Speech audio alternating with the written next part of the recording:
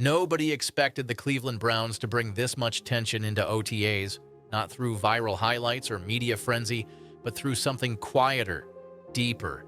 Beneath the surface of standard off-season routines, there's a shift taking place, a sense of urgency, a tone of expectation. While most fans are busy tracking position battles, the Browns are signaling something bigger, something many are missing entirely. You can feel it in the energy at practice, in how players speak, and especially in who's not showing up. This isn't just another rebuilding phase, it feels like a test. And the stakes? They're rising with every snap. The silence is what makes it loud, no fireworks, no drama, just subtle moves with major consequences. Veterans are absent, roles are shifting, and chemistry is being rebuilt, or in some cases exposed. This roster doesn't feel finalized, it feels like it's under the microscope. Every moment in camp now matters more than ever, especially for players fighting for relevance or redemption. Some are quietly stealing roster spots, while others, some with familiar names, might be watching their time run out. Among the biggest surprises at OTAs were the unexpected absences of several core veterans. Myles Garrett, Greg Newsome, Deontay Johnson, Jack Conklin, David Njoku, each one missing time, each absence casting a different kind of shadow. For some, like Garrett and Newsome, the team likely isn't concerned, but Johnson? That raised eyebrows. His past locker room issues and unclear role only fuel speculation. These absences, while technically voluntary, hint at deeper dynamics inside the building, ones the coaching staff isn't eager to advertise. Meanwhile, behind the scenes, new names are emerging, and one of them is creating a buzz that's impossible to ignore. Shedeur Sanders. Just weeks ago, he was considered a long-term project, maybe quarterback 3 at best, but something's shifted. At OTAs, he's showing more than just potential.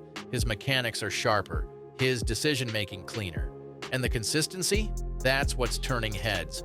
Reports say he's making NFL-level throws with growing command, and insiders already call him the most improved QB on the field. He's not just learning, he's competing. What makes Sanders' rise even more remarkable is how quickly it's happened. He entered camp behind Dillon Gabriel and the veteran Joe Flacco. Yet here he is, rotating evenly in live reps, delivering tight spirals and reading defenses with poise. Not long ago, Sanders was projected as a top 3 draft pick. The Browns got him at a discount, and now it's looking like a potential steal. His natural talent is finally being matched by pro-level mechanics, and that's a formula Cleveland hasn't had in years. But while Sanders ascends, Dillon Gabriel is facing a different kind of evaluation. It's not about arm talent or work ethic, it's about physical limitations. Standing just over 5 feet 11 inches, Gabriel's height has been a real factor in camp. On multiple occasions, especially in red zone situations, defenders easily disrupted his vision and release angles. One swatted pass by rookie Mason Graham underscored the issue. It wasn't just a deflection, it was a warning. Yet Gabriel isn't fading quietly. His precision on short and intermediate routes has been sharp, and his decision-making is notably crisp. He's the classic game manager, low risk, steady rhythm, and minimal mistakes. But in a quarterback room filled with big arms and raw athleticism, safe might not be enough, especially with Flacco still holding the top spot for now. That QB competition is reaching a boiling point. Flacco brings experience and leadership. Gabriel offers poise and timing. But Sanders, he brings the future.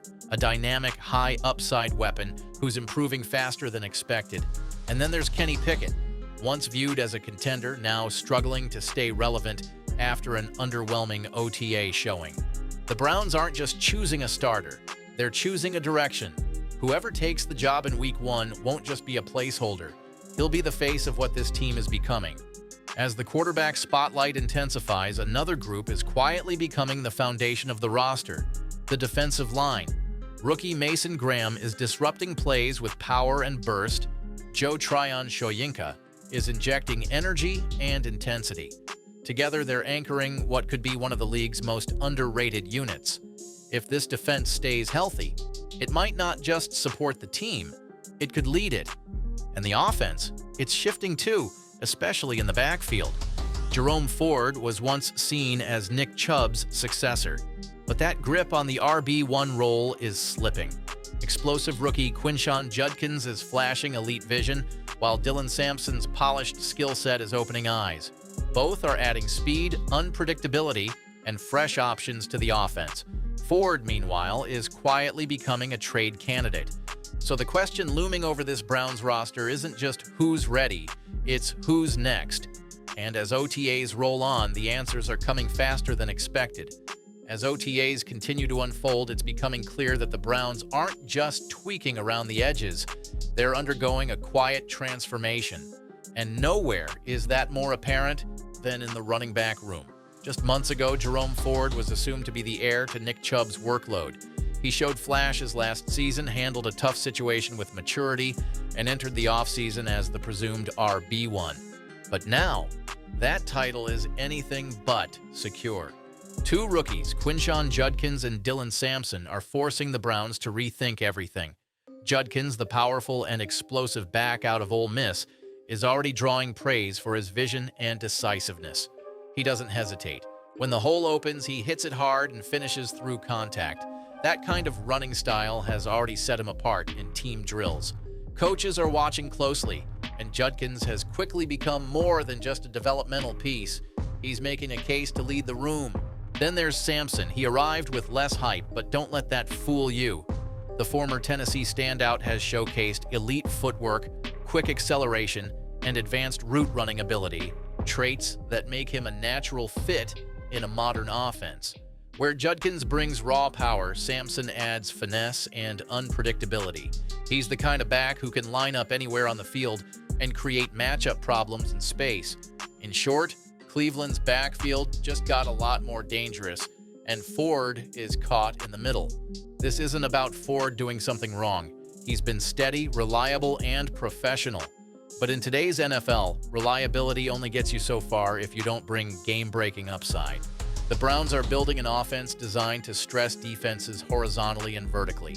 Explosive plays, speed in space, versatility across formations. And as the coaching staff leans into that vision, it's becoming harder to justify a traditional power back without elite burst or pass game versatility. That's why trade rumors around Ford are heating up. He still has value, but it might be to another team. Of course, none of these offensive shifts matter without stability under center, and that's where the quarterback competition becomes even more critical. Every snap this offseason has pointed to one truth.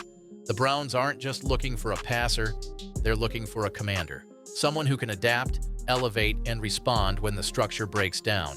Because this offense, as promising as it looks on paper, is still full of unknowns.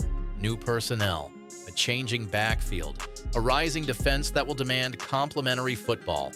Joe Flacco remains the steady hand. He's calm, deliberate, and commands the respect of the locker room. But his ceiling is known. He gives you structure, but not explosion. Then there's Shedeur Sanders, the raw talent who's accelerating faster than anyone expected. What's impressed coaches most isn't just the arm talent, it's the poise. He doesn't look overwhelmed. He looks like someone who knows where he's going. The mechanical improvements are showing, and the decision-making is catching up. If his trajectory continues, he won't just be a future starter. He could be the guy sooner than anyone thought. Dillon Gabriel, meanwhile, is stuck in a paradox. His height is an issue. It just is. And when you have defensive linemen batting down passes in May, that becomes a red flag for what might happen in November. Still, his accuracy on intermediate routes and rhythm passing keeps him in the conversation. He's smart, efficient, and coachable. But in a system designed around movement and big play potential, can he stand out? And then there's Kenny Pickett. Once considered a serious competitor for the job, his OTAs have been underwhelming. The timing is off, the throws have been inconsistent, and the urgency isn't there. Right now, he's not just behind in the competition, he might be fading from it entirely. And as the Browns head deeper into the summer, the decisions looming over this roster aren't small. The quarterback choice will shape the entire season. The running back rotation could redefine the offense, and the defensive line looks poised to lead a culture shift. Nothing is being handed out, every role is being earned. And beneath the quiet tone of these OTAs, one thing is becoming clear. Cleveland isn't preparing to compete. They're preparing to contend.